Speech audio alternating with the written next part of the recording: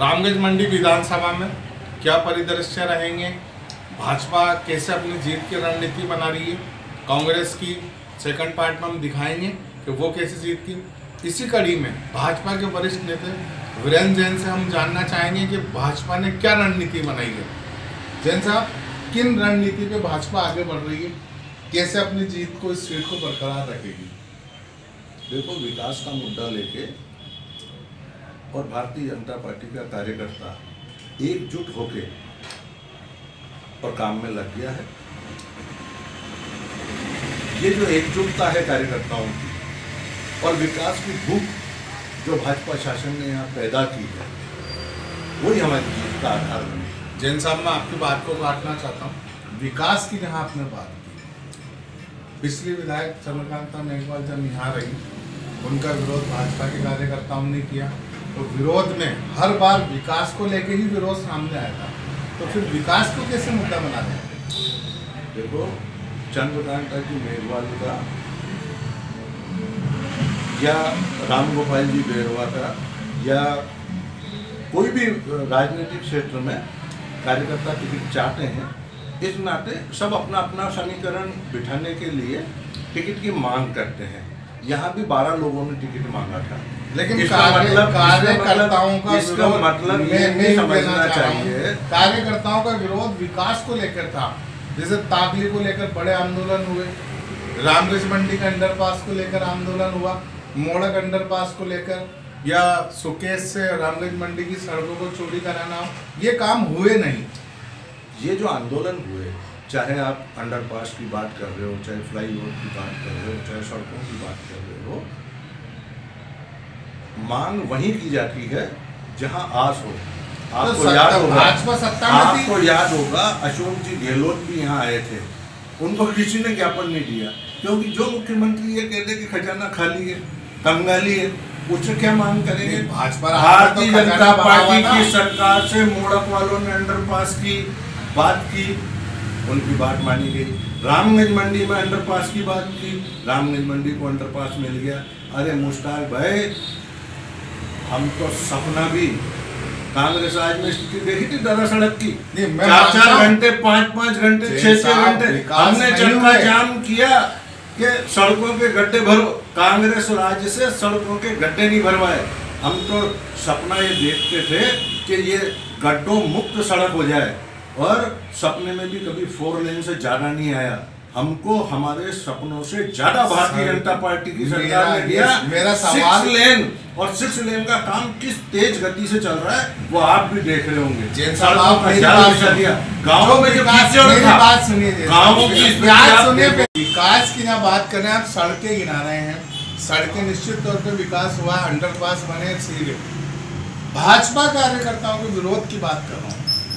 जो विरोध उन्होंने वर्तमान विधायक का किया, उस विरोध में हर बार विकास ही क्यों झलका? भारतीय जनता पार्टी के कार्यकर्ताओं का किसी से कोई विरोध नहीं है। आप बताओ मुझे मुश्ताक भाई, आपसे पूछ रहा हूँ, एक व्यक्ति का नाम बता दो जो आज भारतीय जनता पार्टी आज जो साइड में सारी भारतीय जनता पार्टी एकजुट होकर, और जिसको प्रत्याशी बना दिया, टिकट मिलने से पहले सबकी अपनी अपनी अलग अलग पसंद हो सकती है, अलग अलग इच्छा हो सकती है, लेकिन टिकट मिलने के बाद भारतीय जनता पार्टी का सारा कार्यकर्ता पार्टी के साथ लगा है, कमल के निशान के साथ लगा है। अभी वर्तमान मदन दिलावर जी कमल के निशान पे चुनाव लड़ रहे हैं जी, पूरी भाजपा एकजुट है, इसमें कोई दो राय नहीं है। मेरा ये सवाल था आपसे कि विकास के मुद्दे पे अपन बात कर रहे हैं। चेचट में ताकली डैम के 7 दूर क्षेत्र के गाँव के लोगों ने मतदान का बहिष्कार कर दिया। अहिर समाज, उन्होंने मतदान का बहिष्कार कर दिया। उन्होंने अपनी प्रेस विज्ञप्ति जारी की, उसमें उन्होंने साफ लिखा कि 10 साल के भाजपा राज में हमारी सुध नहीं ली। कांग्रेस ने नजदीक की झालापाटन की सीट से उनके शैलेंद्र यादव को टिकट नहीं दिया। तो ये मुद्दे कैसे होंगे? कांग्रेस को शैलेंद्र यादव ने टिकट नहीं दिया, शैलेंद्र यादव कांग्रेस का एक सशक्त उभरता हुआ सितारा है। मैं मानता हूँ कांग्रेस ने उपेक्षा की है तो नाराजगी कांग्रेस से है। नहीं, नाराजगी 10 साल भाजपा से भी बताई। भारतीय जनता पार्टी से उनकी कोई नाराजगी नहीं। भारतीय जनता पार्टी से नाराजगी नहीं होती तो मतदान का बहिष्कार नहीं करते जैन साहब। भारतीय जनता पार्टी को आधार बना के उन्होंने मतदान का बहिष्कार नहीं किया। आपने शैलेंद्र यादव को टिकट नहीं दिया है, इसलिए उसका विरोध कर रहे हैं।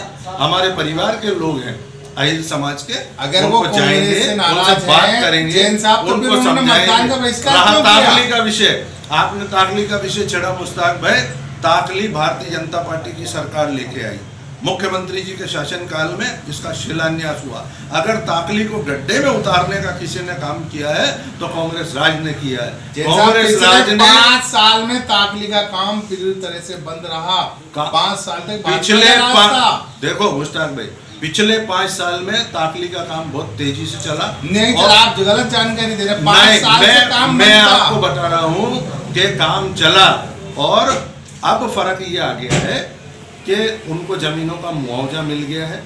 अब उनके पुनर्वास की व्यवस्था होनी है और पुनर्वास में उनको पैकेज मिलना है।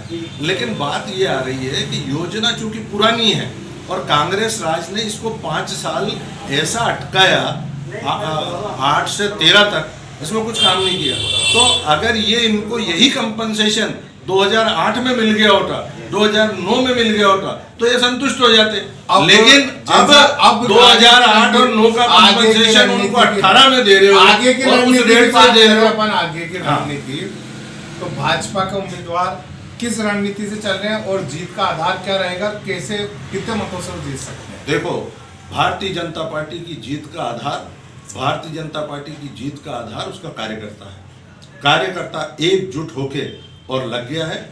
भारतीय जनता पार्टी का कार्यकर्ता इस कोशिश में है कि अभी तक हमने जो सर्वाधिक मतदान का रिकॉर्ड बनाया है उस रिकॉर्ड को हम तोड़ दें। अभी तक कोई भी कांग्रेस का प्रत्याशी हो या भारतीय जनता पार्टी का प्रत्याशी हो वो 50,000 से ज़्यादा वोट नहीं ले सका था। पिछले चुनाव में भारतीय जनता पार्टी को 81,000 वोट मिले थे, जो अभी तक का सर्वाधिक वोटों का रिकॉर्ड है। और भारतीय जनता पार्टी का कार्यकर्ता एकजुट होके इस कोशिश में लगा हुआ है कि हम उस रिकॉर्ड को ध्वस्त कर दें। और हमारा टारगेट है कि इस बार भारतीय जनता पार्टी को 85,000 वोट रामगंज मंडी विधानसभा में दे दो। 85,000 वोट मिलने का मतलब है कि जीत पिछले मतों से बढ़ेगी या बढ़ेगी जीत बढ़ेगा। और रामगंज मंडी का तो रिकॉर्ड है मुश्ताक भाई।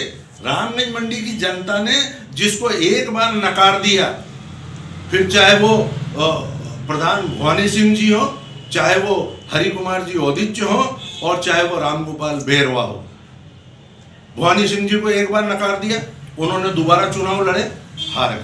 भवानी 2 बार चुनाव जीते हरि कुमार जी, तीसरी बार नकारा, चौथी बार उन्होंने फिर कोशिश की, फिर नकार दिया।